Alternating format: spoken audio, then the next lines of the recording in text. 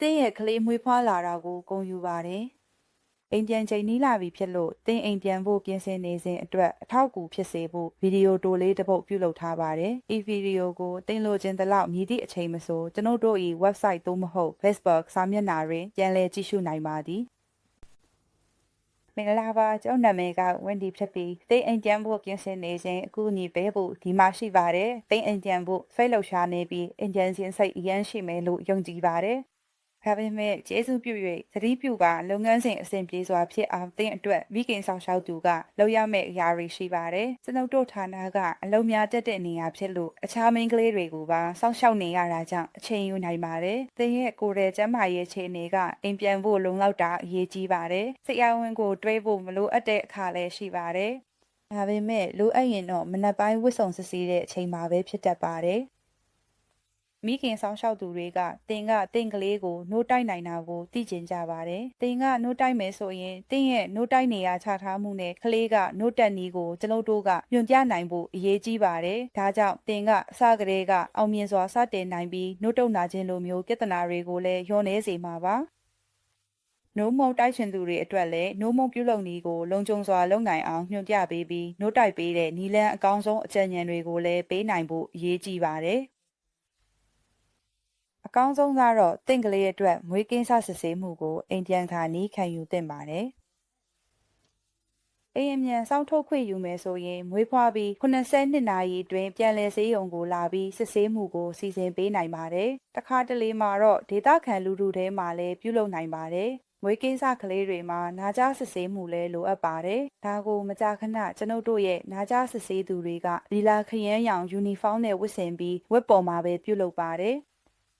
အိမ်ပြန်စာနီးမပြုတ်လုံနိုင်ခဲ့ရင်တော့နောက်ပိုင်းမှာကလင်နစ်တက်ရောက်ဖို့ဖိတ်ကြားလိမ့်မယ်။ထပ်ပြီးတင်အိမ်လိပ်စာပြောင်းထားတာဒါမှမဟုတ်ကိုဝင်ဆောင်စဉ်အတွင်းယာယီလိပ်စာမှာနေမယ်ဆိုရင်ကျွန်ုပ်တို့ကိုပြောပြဖို့မမေ့ပါနဲ့ကျွန်တော်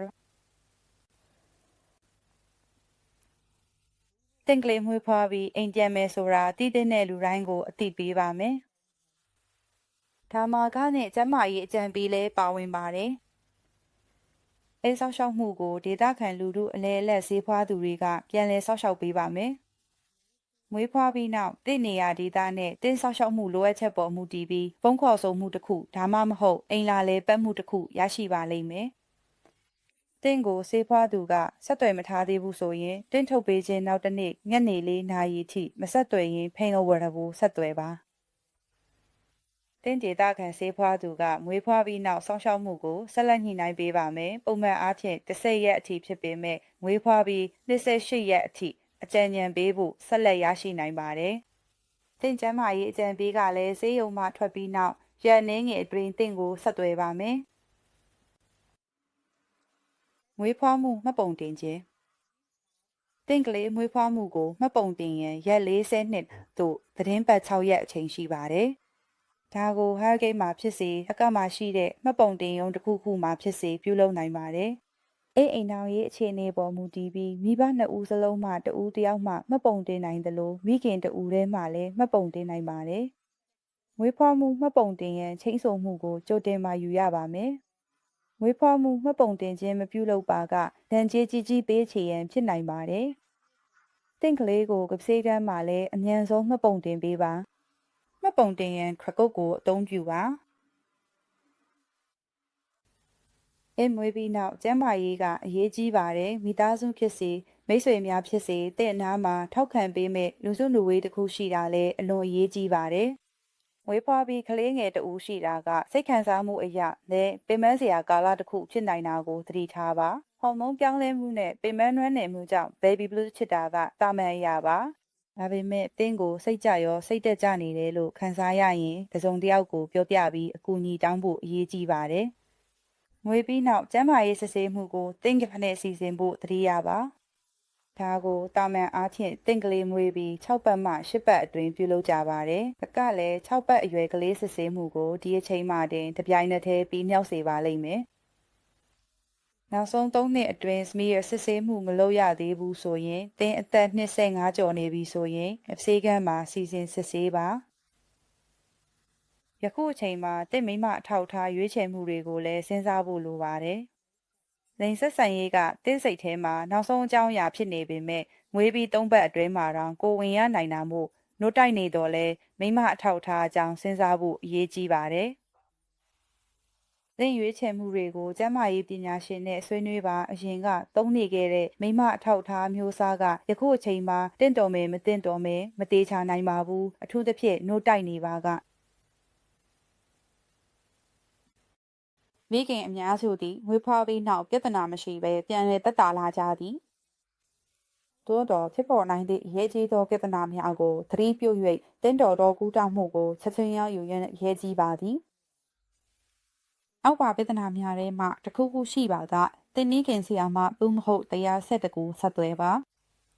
သို့တော်သင်အရေးပေါ်အကူအညီလိုအပ်သည်ဟုထင်ပါက999ကိုခေါ်ဆိုပါအရေးပေါ်အခြေအနေတစ်ခုအဖြစ်သတ်မှတ်ထားသည်မှာဘာလဲဆိုတာပုံမရှင်းလင်းခြင်းမှာကအိမ်ပြန်မသွားမီတင့်ကိုလှုပ်ပေးမိမိခင်ဆရာမနှင့်ဆွေးနွေးပါအင်ကလေးမွေးပြီးနောက်အပတ်6အထိယောက်ျားမအိမ်မှတွေးရခြင်းသည်တာမန်ဖြစ်စဉ်ဖြစ်သည်တင်းသည်စီးစာရီယန်ခွဲစိတ်မှုခံခဲ့ရတော့လဲထို့တို့ပင်ဖြစ်နိုင်သည်မိနစ်30အတိုင်းတားဖွားခန်းကိုပြောင်းရတာမျိုးဒါမှမဟုတ်သွေးဆုံးရှုံးမှုပိုပြင်းထန်လာပါကမိမကိုမှပြင်းထန်စွာသွေးထွက်တာပုံမှန်မဟုတ်ပါဘူးသွေးစုအဝေးများ clutch တီလဲတာမန်ဖြစ်နိုင်တော့လဲ90ပေါင်ပေါက်ရွယ်ထက်ကြီးလွန်းပါကတာမန်မဟုတ်ပါ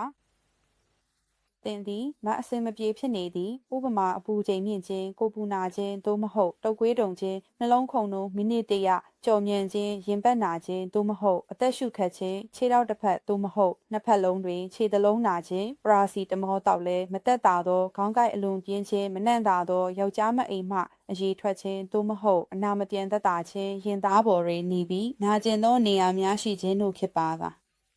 AD မှာမိခင်တို့တိုက်သူများတွင်အများဆုံးတွေ့ရသောရင်သားရောင်ရမ်းခြင်း mastitis ဖြစ်နိုင်သည်မိခင်များအတွက်ဘယ်အချိန်မှာစိုးရိမ်တင်တယ်လဲဆိုတဲ့အကြောင်းအရာနောက်တစ်ခုအနေနဲ့သေချာသိထားသင့်တာကတော့သင်သည်စီးစာရီယန်ခွဲစိတ်မှု cesarean section ခံယူထားပါကအနာရောဂါဝင်ခြင်း၏လက္ခဏာများကိုသိထားရမည်ဖြစ်သည်အနာနာကျင်မှုတိုးလာခြင်းဖောင်းလာခြင်းသို့မဟုတ်နီလာခြင်းအနာမထွက်လာသောအရေးပမာဏတိုးလာခြင်းသို့မဟုတ်အယောင်ပြောင်းလာခြင်းအနာမမနှံ့သာသောအနံ့ထွက်လာခြင်းကိုယ်ပူချိန်38.5 ဒီဂရီစင်တီဂရိတ်ထက်မြင့်လာခြင်းချွေးထွက်ခြင်းသို့မဟုတ်တုပ်ကွေးတုံခြင်းကိုယ်အလုံးစုံမှအဆင်မပြေဖြစ်နေခြင်းနှလုံးခုန်မြန်လာခြင်းအနာနေရမာကြောလာခြင်းသို့မဟုတ်ပူလာခြင်းတို့ဖြစ်ပါကသတိပြုရမည်ဖြစ်သည်အိမ်တွင်ယောဂဝင်ခြင်းလက္ခဏာတစ်ခုခုရှိပါကချက်ချင်းကုသမှုခံယူရန်အရေးကြီးပါသည်ဟီဇာရီယန်ခွဲစိတ်ပြီးနောက်အနာဆောင်ရှောက်မှုအတွက်တဲ့အနာဖုံးအုပ်ထားသောပလတ်စတစ်ကိုခွဲစိတ်ပြီး24နာရီကြာတွင်ထုတ်ပါမည်ဖြစ်နိုင်သမျှဝတ်စုံနှင့်အတွင်းခံအဝင်များကိုချောမွေ့ဝတ်ဆင်ပါဤလုပ်ခြင်းသည်အနာနေရာကိုရားရံမှုမဖြစ်စေရန်ကာကွယ်ပေးသည်လက်ဆေးခြင်းကိုအထူးသတိထားပါအထူးသဖြင့်အိမ်သာသွားမည်နှင့်ပြီးချင်းတန့်စင်အပြောင်းမည်နှင့်ပြောင်းပြီးခြင်းတွင်လက်ကိုဆေးပါအနာကိုနေ့စဉ်တန့်ရှင်းပါရေချိုးခြင်းလဲလုံလောက်သည်ပြီးလျင်တန့်ရှင်းသောမိန်းကလေးတုပ်ပဝါဖြင့်တုပ်ချောက်ပါအလွန်လိုအပ်လင်သာအနာကိုထိမိမိမလုပ်ပါနှင့်ရှုပ်ထားသောအကျိုးများသည်ပုံမှန်အားဖြင့်ကိုယ်တိုင်ပျော်ကွယ်သွားမည်ဖြစ်ပြီးဖြုတ်ရန်မလိုအပ်ပါသို့သောတခါတရံတွင်မပျော်ကွယ်နိုင်သောအကျိုးများကိုအသုံးပြုနိုင်ပါသည်ဤအကြောင်းကိုတင်ဌာနမှထွက်ခွာမီအကြောင်းကြားပေးမည်ဖြစ်ပြီးဖြုတ်ပေးရန်စီစဉ်ပေးပါမည်အနာနာခြင်းမှုအနည်းငယ်ဖောင်းတက်ခြင်းနှင့်ညီနှင်းခြင်းများဖြစ်ပေါ်နိုင်ခြင်းသည်ပုံမှန်ဖြစ်ပါသည်တခါတရံအနာနာမှတန်ရှင်းသောရေဆေးအနည်းငယ်ထွက်နိုင်ပါသည်နာကျင်မှုသက်သာဆေးကိုပုံမှန်တောက်ရန်မမေ့ပါနှင့်တေချာမသိရင်တင့်မိခင်ဆရာမထံမှတောက်3ချိန်နှင့်အရေးအတွက်အကြံပြုချက်များကိုမေးမြန်းပါဆေးထုတ်ပိုးပေါ်ရှိညွှန်ကြားချက်များကိုအမြဲလိုက်နာပါအိမ်အောက်ကျက်သားလေးကျင်ခံများတင့်အိမ်အောက်ကျက်သားသည်စီးနှင့်ဝမ်းအိမ်ကိုထိန်းချုပ်နိုင်စွမ်းအတွက်တာဝန်ယူသည်ငွေဖွားပုံစံမရွေးအိမ်အောက်ကျက်သားလေ့ကျင့်ခန်းများကိုနေ့စဉ်လုပ်ရန်အရေးကြီးပါသည်တင်အိမ်ပြန်ယူသွားနိုင်သောလက်ကမ်းစာဆောင်မျိုးမျိုးရှိပြီးတင်ပါဂျနိုတ်အကောင့်တွင်လည်းထည့်သွင်းပေးပါမည်သတင်းအချက်အလက်များကိုလည်း Hair Get Health App တွင်အွန်လိုင်းမှဝင်ရောက်ကြည့်ရှုနိုင်ပါသည်အခက်အခဲတစ်စုံတရာကြုံတွေ့ရပါကတိတ်တိတ်လေးမခံစားပါနှင့်ဒီနေရာတွင်ကျွန်ုပ်တို့၏အမျိုးသမီးကျန်းမာရေးရုပ်ပိုင်းဆိုင်ရာကုထုံးဆရာမများကိုဖုန်းတူးညတလေး235 53089သို့ဆက်သွယ်နိုင်ပါသည် တင်သည်အကူအညီရှိမရှိတဘာဝမွေးဖွားမှုခံယူခဲ့ပါကထွေးခြင်းသို့မဟုတ်ဖြတ်တောက်ခြင်းရှိနိုင်ပါသည်ချုပ်တောင်းမရှိဘဲမွေးဖွားခဲ့ရင်တော့တက်တောင့်တက်တာမရှိမှုတစုံတရာရှိနိုင်ပါသေးတယ်နာကျင်မှုတက်တာစေသောဆေးများဖြစ်သည့် paracetamol နှင့် ibuprofen ကိုတင်သည်ဒီမတက်သူသို့မဟုတ် ibuprofen အတွက်တက်တောင့်တက်တာမရှိသူမဟုတ်ပါကတောက်နိုင်ပါသည်ကျေးဇူးပြု၍ဆေးထုတ်ပေါ်တွင်ဖော်ပြထားသောအတိုင်းဆေးလုံးရေအတွက်ကိုလိုက်နာပါအေးမြသောအထုပ်များသည်တက်တာစေပါသည်သို့သောဓာတ်ရိုက်အရေးပြားပေါ်မတင်ပါနှင့်20မှ30မိနစ်ခန့်သာအသုံးပြုပါအိမ်သာသွားမည်ဖြစ်စေသို့မဟုတ်တန့်စင်ပတ်ပြောင်းမည်ဖြစ်စေကိုလက်ကိုတန့်စင်စွာဆေးကြောရန်အလွန်အရေးကြီးပါသည်ဒါကယောဂပိုးဝင်ခြင်းကိုကာကွယ်ပေးနိုင်ပါတယ်သင် perineum ကိုတန့်ရှင်းစွာဆေးကြောရန်ပုံမှန်ပူနွေးသောရေကိုအသုံးပြုပါပြီးလျှင်တန့်ရှင်းသောမိန်းပဝါဖြင့်အဖြည်းဖြည်းတုပ်ချောက်ပါဝစ်စင်ရအဆင်ပြေပြီးလေဝင်လေထွက်ကောင်းသောအထည်များကိုရွေးချယ်ဝစ်စင်ပါတန့်စင်ပတ်ကိုလည်းမကြာခဏပြောင်းလဲပါအာနိခါသို့မဟုတ်ဝစ်ချေစုပ်ကဲ့သို့သောအထောက်အကူပြုကုထုံးများကိုအသုံးပြုရန်ကျွန်ုပ်တို့အနေဖြင့်အကြံပြု၍မရပါထိုထုတ်ကုန်များကိုအသုံးပြုလိုပါကအရေးချင်းရှိသောကုထုံးပညာရှင်နှင့်တိုင်ပင်ပါကျေးဇူးပြု၍ pelvic floor လေ့ကျင့်ခန်းများကိုမမေ့ပါနှင့်ကျွန်ုပ်ကလေးကြောင့်ဘယ်အချိန်မှာစိုးရိမ်သင့်ပါသလဲသင်ကလေးကအသားအရောင်ဖြောနုနုကိုယ်ခန္ဓာပျော့ပြောင်းနေခြင်းတုံ့ပြန်မှုမရှိတော့ခြင်းတက်လှုပ်ခြင်းသို့မဟုတ်ကိုယ်လှုပ်ခြင်းအစိမ်းရောင်အန်ခြင်းဖိလိုက်လျင်မပြောက်သွားသောအဖျားထွက်ခြင်းအသက်ရှူရပ်သွားခြင်းသို့မဟုတ်အပြာရောင်ပြောင်းသွားခြင်းသို့မဟုတ်အိတ်နေရာကမနှိုးနိုင်တော့ခြင်းတစ်ခုခုရှိပါက999ကိုခေါ်ရန်လိုအပ်ပါသည်သင်ကလေးမှာအတန်မြင့်မြင့်သို့မဟုတ်အားနည်းနည်းငိုခြင်းတခဏလုံးအသားအရောင်ဖြောနူးနူးဖြစ်နေခြင်းအသက်ရှူတိုင်းမှာအတန်ထွက်နဲ့အသက်ရှူခြင်းပုံမှန်ထက်ပုံမြင်မြန်အသက်ရှူခြင်းနှိုးမစားခြင်းတော့ခြင်းစီးနှင်းနဲ့သာထွက်လာခြင်းဦးကောင်းပေါ်ကပြောနေတဲ့နေရာ fontanel ကပူနဲ့ထွက်နေခြင်းရေချို့တဲ့နေခြင်းကိုပူချိန်ညှင့်ခြင်းသို့မဟုတ်ချွေးထွက်နေခြင်းသို့မဟုတ်ဝမ်းထဲမှာသွေးပါလာခြင်းတစ်ခုခုရှိပါကလည်းတရားဆန့်တကိုဆက်သွယ်နိုင်ပါသည်ကားထိုင်ကုန်များသင်ကားထိုင်ကုန်ကိုဘေးကင်းစွာတက်ဆင်ခြင်းနှင့်အသုံးပြုနည်းအတွက်ထုတ်လုပ်သူ၏ညွှန်ကြားချက်များကိုကျေးဇူးပြု၍လိုက်နာပါဘေးကင်းလုံခြုံရေးအထူးပြုများနှင့်ကားထိုင်ကုန်ထုတ်လုပ်သူအများစုကကလေးများကိုတစ်ကြိမ်လျင်နာရီ2နာရီထက်ပိုမထိုင်စေရန်အကြံပြုကြသည်သင်သွားရောက်မိနေရာသို့ရောက်ရှိပြီးပါကတင့်ကလေးကိုကားထိုင်ကုန်မှထုတ်ပေးပါကားထိုင်ကုန်သည်ခရီးသွားစဉ်အတွက်သာဖြစ်ပြီးအချိန်ကြာအိတ်ဆက်ရန်မထုတ်လုပ်ထားပါကျွန်ုပ်တို့သည်တင့်ကလေးကိုကားထိုင်ကုန်ထဲသို့ထည့်ပေးရန်လေ့ကျင့်သင်ကြားမှုမရှိတော့လဲထုတ်ပေးခြင်းမပြုနိုင်ပါကြောင်းသတိပြုပါနို့တိုက်ခြင်းသည်တင့်ကလေးကိုယောဂပိုးဝင်ခြင်းအာလူးယောဂစီးချိုယောဂသွေးကင်ဆာနှင့်အခြားသောယောဂများစွာမှကာကွယ်ပေးနေသည်ဒါဟာသင်ပေးနိုင်တဲ့အဖိုးတန်ဆုံးလက်ဆောင်ပါပဲတင့်ကလေးအတွက်အခြားအစားအစာသို့မဟုတ်အရည်ပြုံများမလိုအပ်ပါအိမ်ပြန်ရောက်ပြီးနောက်အစာကျွေးခြင်းနှင့်ပတ်သက်၍စိုးရိမ်မှုရှိပါကတင့်အလဲဘွားထံအကူအညီတောင်းပါအိမ်ပြန်မသွားမီတင့်ကလေးကိုတင်ခြင်းနှင့်ကချင်းအပေါ်တင့်အနေဖြင့်တေချာစေပါတင့်ကလေးကိုအစာကျွေးစဉ်ဝန်ထမ်းတဦးကတင့်အနားထိုင်ပြီးတင့်ကလေးကအစာကျွေးမှုကောင်းနေသည်ကိုသိနိုင်ရန်လက္ခဏာများကိုရှင်းပြပါမည်လက်ဖြင့်နှိုးဆုပ်ခြင်းသည်နှိုးတိုက်ခြင်းအစောပိုင်းအဆင့်တွင်အရေးကြီးသောကျွမ်းကျင်မှုတစ်ခုဖြစ်သည့်ဤနည်းလမ်းကိုမပြသပါကမေးမြန်းပါသင်ကလေး၏အစာစားခြင်းသည့်လက္ခဏာများကိုအမြဲလိုက်နာပါနှိုးတိုက်ကလေးကိုအစာလွန်အောင်မကျွေးနိုင်ပါသင်ကလေးသည်တက်တာအောင်အစာကျွေးခြင်းတတ်သည်သင်အနေနှင့်မြည်သည့်အကြောင်းကြောင့်မဆိုသင်ကလေးကိုအစာကျွေးနိုင်ပါသည်ကျွန်ုပ်၏ကလေးသည်နှုတ်လုံလောက်စွာရရှိနေသည်ကိုမြည်သို့သိနိုင်မလဲမွေးဖွားပြီးပထမ24နာရီအတွင်းတင့်ကလေးသည်တင်လိုပဲမွေးဖွားပြီးနောက်ပြန်လည်သက်သာလိမ့်မည်သူတို့အနေနှင့်3သို့မဟုတ်4ကြိမ်အစာကျွေးခြင်းသာတာမန်ဖြစ်သည်အနည်းဆုံး1ထွက်တစ်ကြိမ်နှင့်စီးဆိုနှက်ပြားတစ်ခုသို့မဟုတ်2ခုရှိမည်ကိုမျှော်လင့်ပါ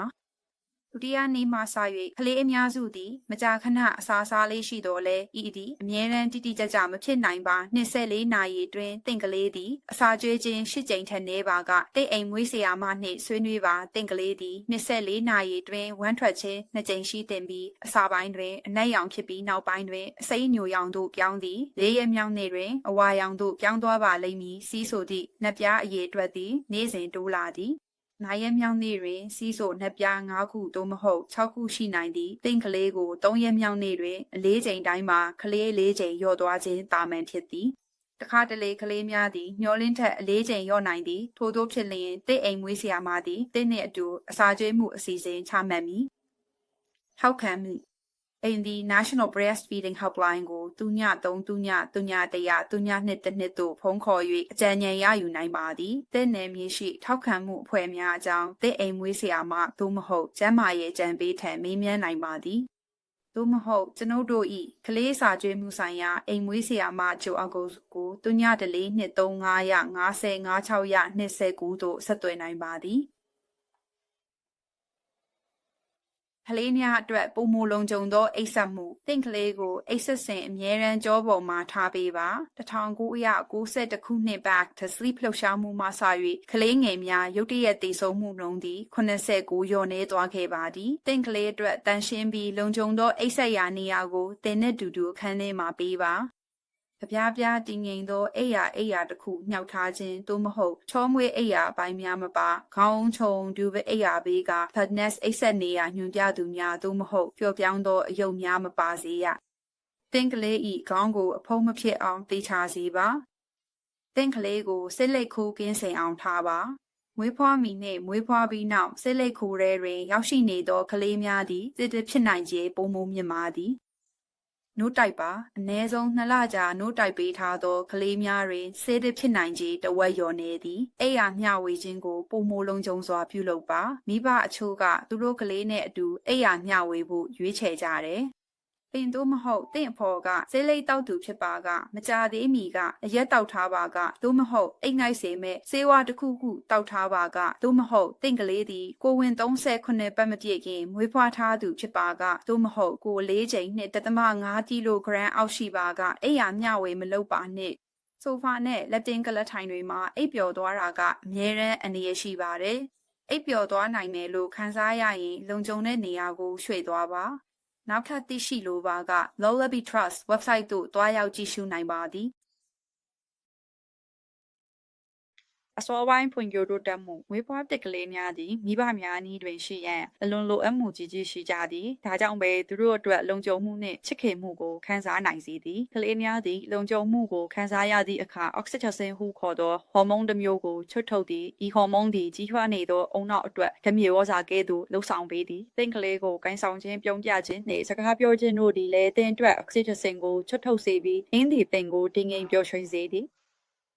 ကလေးချစ်ချင်းနှင့်အားထားမှုလိုအပ်ချက်များပြည့်စုံသောအခါသူတို့သည်ပုံမတည်ငြိမ်လာပြီးယုံကြည်မှုရှိသောလူငယ်အဖြစ်ကြီးပြင်းလာမည်ဖြစ်သည်ဤကသည်နောက်ပိုင်းဘဝတွင်စိတ်ခံစားမှုကျန်းမာရေးကိုထောက်ပံ့ပေးသည်သင်ကလေးငိုနေချိန်မှာကိုင်းဆောင်ပေးခြင်းသည်သူတို့ငိုနေတုန်းတောင်ချစ်ခင်မှုနှင့်လုံခြုံမှုကိုခံစားနိုင်စေသည်မူတာချက်ချင်းရမတွားလဲပေါ့သင်ကြီးတာကလေးကိုတန်းကစိတ်ညစ်စရာလေးဖြစ်နိုင်တယ်စိတ်ပြက်စရာလေးဖြစ်နိုင်တယ်ဒါကအသင်းအာယုံကိုရယူဖို့အတွက်ဒီလိုလုပ်တာပါကလေးတချို့ကနှစ်ပတ်လောက်အရွယ်မှာစတင်ပြီးပုံမကြာခဏကိုတက်လာကြတယ်ကလေးတိုင်းကမတူညီကြပေမဲ့ရက်ပေါင်း10ပတ်လောက်ကျော်လာတဲ့အခါမှာတော့တပတ်စီငိုတာနဲလာတတ်ကြတယ်ကလေးတိုင်းကိုလွယ်လွယ်လေးနဲ့တိတ်ဆိတ်အောင်မလုပ်နိုင်ကြပါဘူးဒါကတင်တယောက်တည်းမှားနေကြဆိုတာမဟုတ်ပါဘူးတင့်ကလေးကိုဒါမှမဟုတ်ကိုစိတ်ဆိုးမနေပါနဲ့အစားတစ်ခုအနေနဲ့တင့်ကလေးကိုလုံခြုံတဲ့နေရာမှာထားပြီးကိုခဏဝေးသွားပါမူတန်ကိုမေ့နိုင်အောင်တစ်ခုလုပ်ပါဒါမှမဟုတ်ကူညီနိုင်မဲ့မိသားစုဝင်တစ်ယောက်ဒါမှမဟုတ်တငယ်ချင်းတစ်ယောက်ကိုဖုန်းခေါ်ပါမိနစ်အနည်းငယ်အကြာမှာကိုယ်စိတ်အေးသွားရင်ပြန်လာပြီးတင့်ကလေးကိုစစ်ဆေးပါအဲတော့မှကလေးကိုလှုပ်ခတ်ခြင်းသို့မဟုတ်ခိကိုက်စေခြင်းမလုပ်ပါနဲ့